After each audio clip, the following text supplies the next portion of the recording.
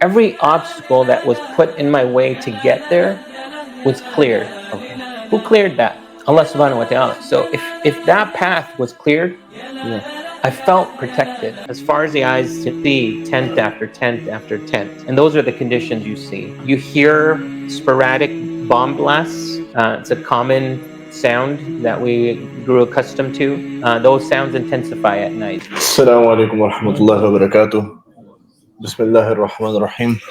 نحمد ونصلي على رسوله الكريم أما بعد أعوذ بالله من الشيطان الرجيم بسم الله الرحمن الرحيم وذكر فإن الذكرى تنفع المؤمنين وما خلقت الجن والإنس إلا ليعبدون صدق الله العظيم وصدق مولانه النبي الكريم ونحن على ذلك ومن الشاهدين ومن الشاكرين والحمد لله رب العالمين. It is a great blessing and mercy of Allah subhanahu wa ta'ala.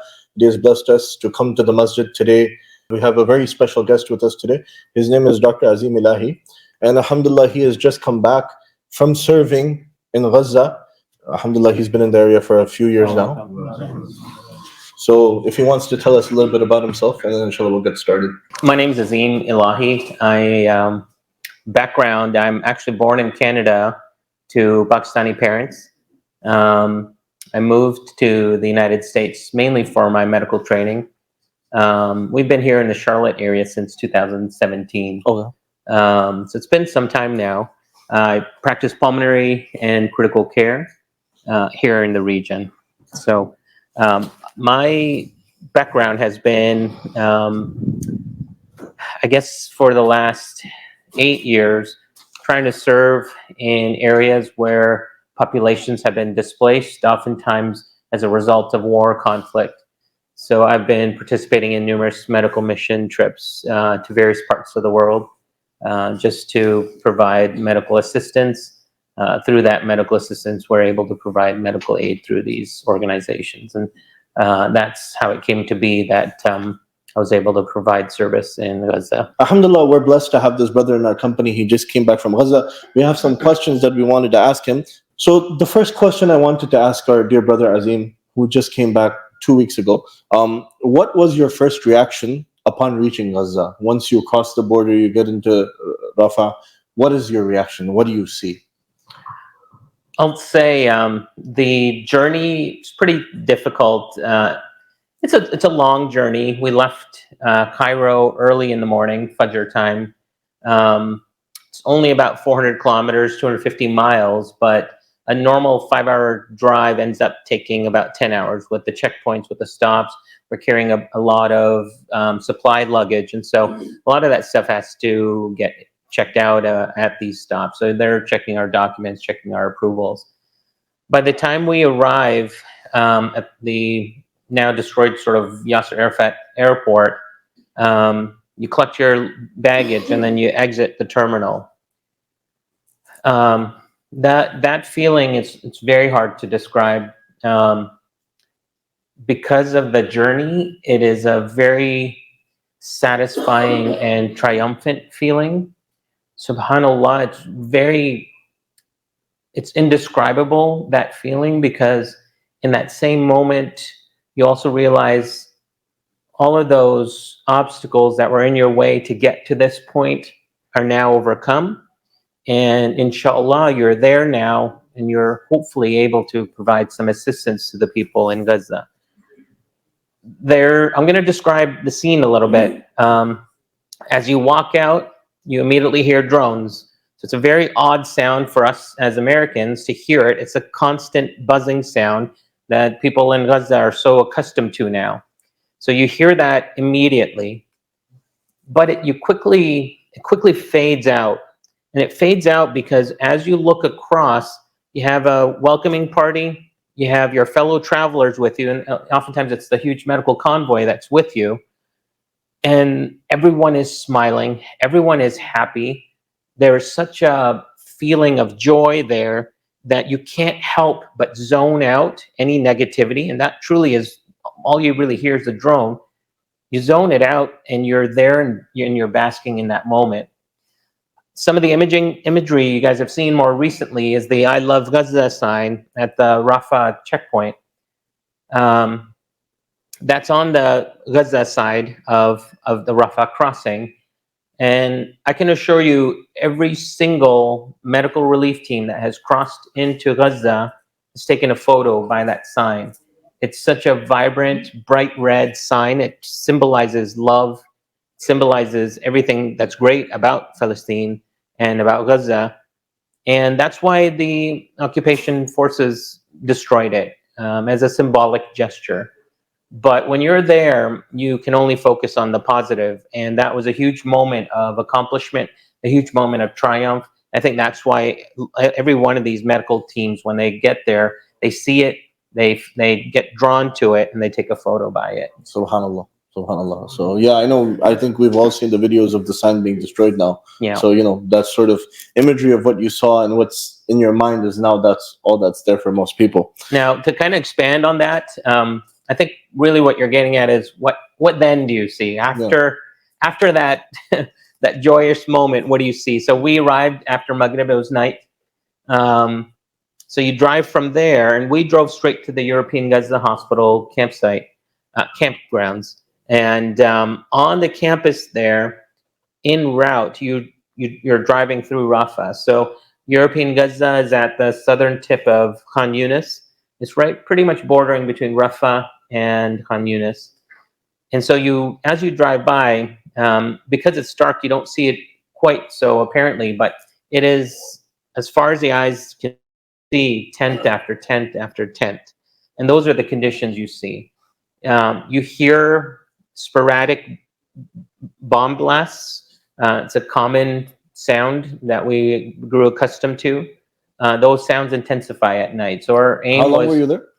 We were there 10 days. 10 days, okay. Yeah. So the aim is to not travel after sunset. So our aim was to just get to the campus as quickly as we could. Okay, subhanallah. And then now you've visited other camps and other disaster areas. How was this different? Oh, Asad Bhai, completely different. For those of us who've never seen anything like this, I think so. I can compare Bangladesh, Syrian border, Africa, in Sierra Leone, even Puerto Rico after the hurricane devastation. There are still systems in place to be able to function, open a clinic, set up a pharmacy. There's still order, there's still roads, there's still logistical support to be able to function in those settings. In those such settings, it's mainly populations that are dispersed. They're displaced because of the conflict. Here, Gaza has been under constant bombardment for decades, as you all know. The embargo has imposed significant restrictions on what goes in, what goes out. And so in the current circumstances, we have 2 million people that used to be spread between predominantly central Gaza, but northern Gaza and southern Gaza, now all concentrated into the bottom half, into central and Rafah, essentially. Yeah. In Deir al-Balah, there's Aqsa Hospital. There's a concentrated population there. In the bottom tip of Khan Yunis, around European Gaza Hospital, they estimate about 30,000 displaced civilians around the hospital campus site. And then, like you hear in the news reports, there's about 1.5 million displaced persons, all concentrated in the Rafah camps. Providing aid in those situations are very difficult when you're under threat for bombardment, when your medical staff is a skeleton staff. They're slowly fatigued, they're perpetually fatigued, and your staffing numbers are just slowly diminishing. So when you met the people, obviously you talked about when you entered. Now you're serving, you're providing medical treatment, whatever you're trying to do. Did you perform any surgeries or anything like that while you were there? The team did. I'm not a surgeon, okay. So we had a vascular surgeon. Okay. There is such a huge need for surgeries there. When you imagine a bomb, there are numerous injuries that can occur as a consequence of a bomb. If it's a building, the injuries include direct concussive force to the body, When it's a building, there's damage from debris that can land on a person.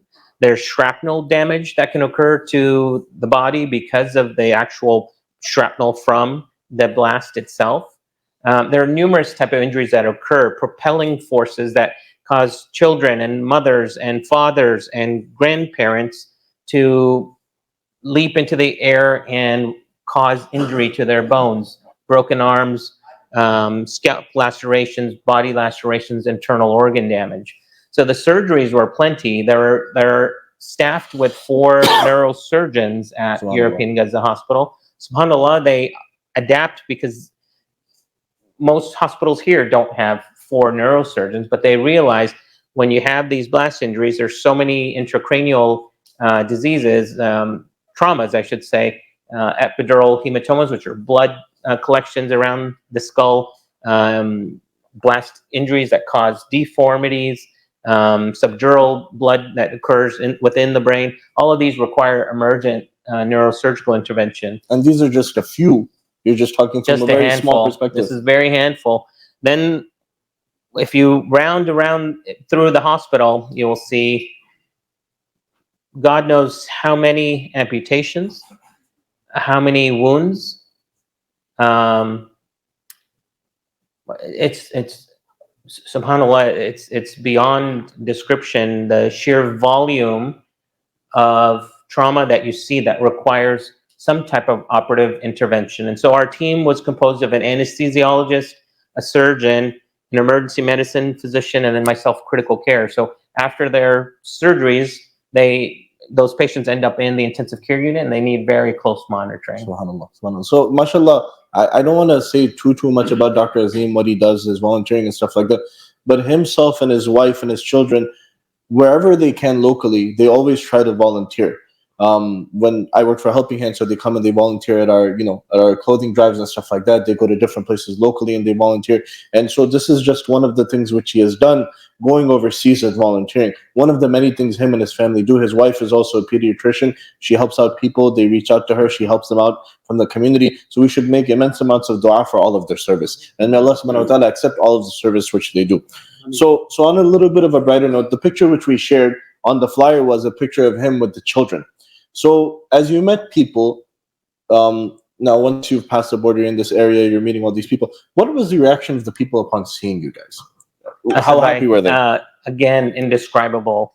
They are so appreciative of any sort of foreign team coming to their aid. They express it in their eyes. They express it in the embraces. You feel very close to them immediately. That emotion, when you see the children, they will run to you immediately. Obviously we're a new face in that moment in time, but they see hope, I think.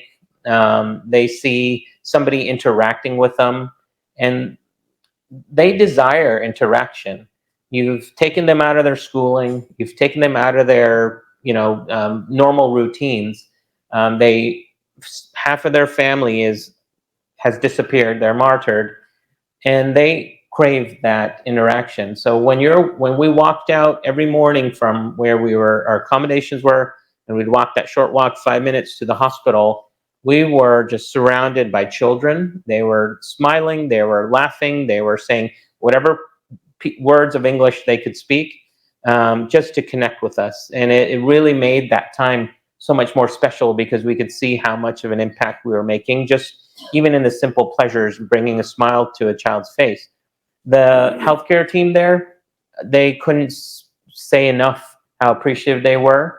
I would explain to them how every amount of supply that we were able to bring came from donations that the Charlotte community contributed to so immensely.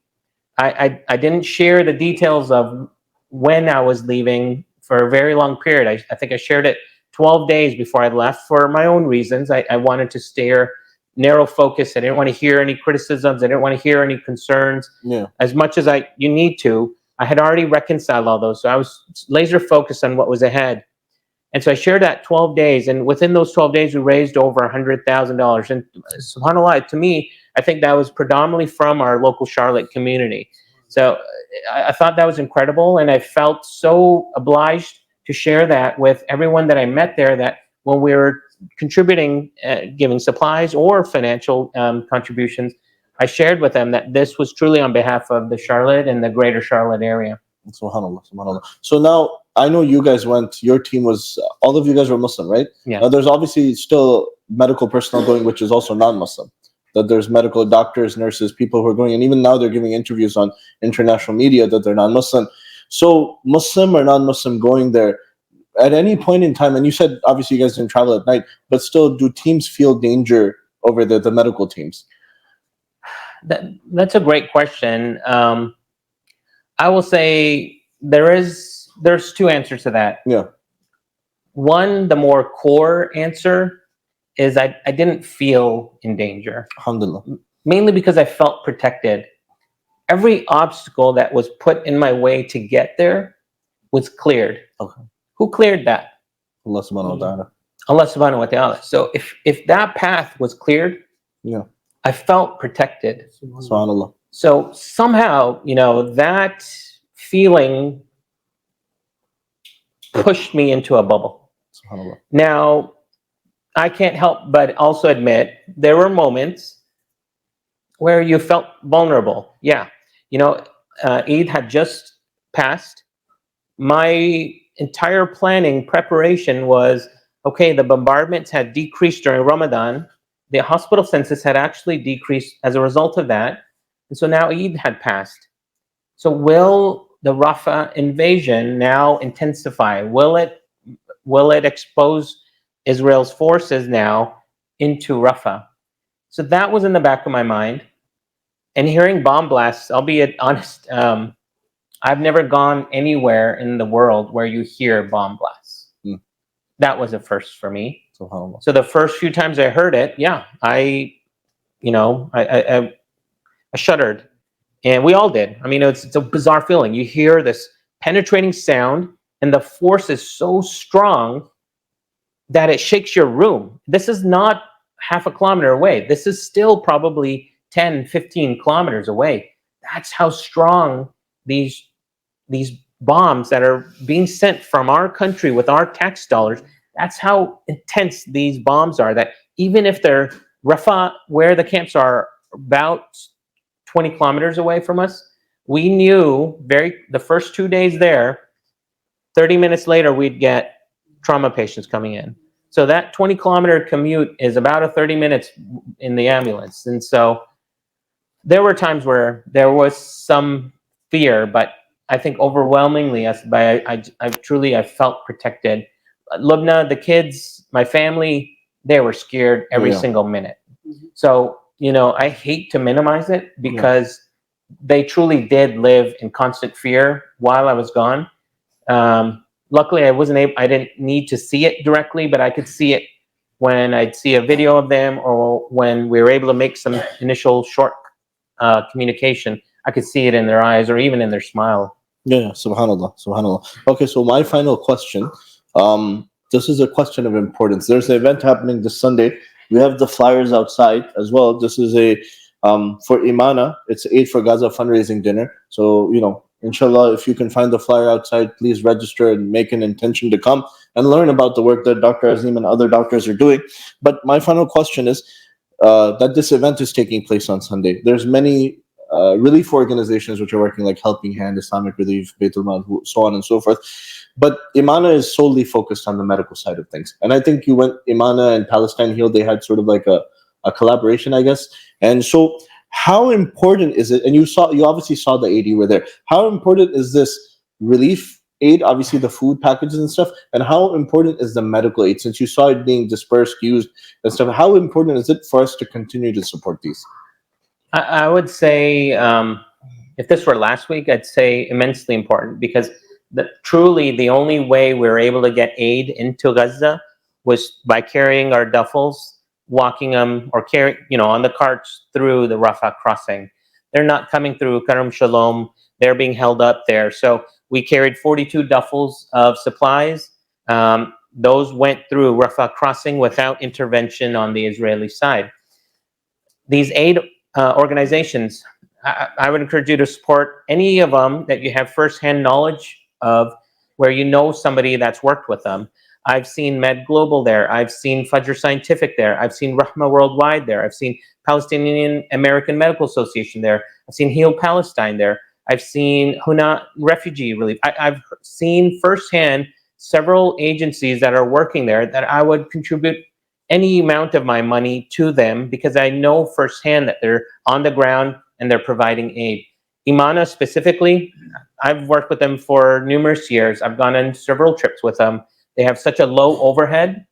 The contributions you provide them, nearly 99% goes straight to the people interested, invested, and in need of it. That's why truly I think this event on Sunday is so important. I'll share my journey from start to end. I'll share some of the impacts we were able to make, some of the stories of the patients involved or the people involved. Sometimes it's the healthcare workers. And I think you'll definitely benefit from attending. I'd encourage you all to. And inshallah, we'll take, if there's 2 questions, we'll take 2 questions. Any brothers have any questions, you can, Dr. Sam, go ahead. So if anyone wants to donate now, does IAGC has any plans they can donate to Imana? So if they want to donate to Imana, they can go directly to the website. I think that's the best option. Rather than There's going a Gaza link on the imana.org website. Imana.org. That would be the best option instead of going through multiple exchanges. Going directly to the website is the best option. Any other brother who has a question, you're more than welcome to ask.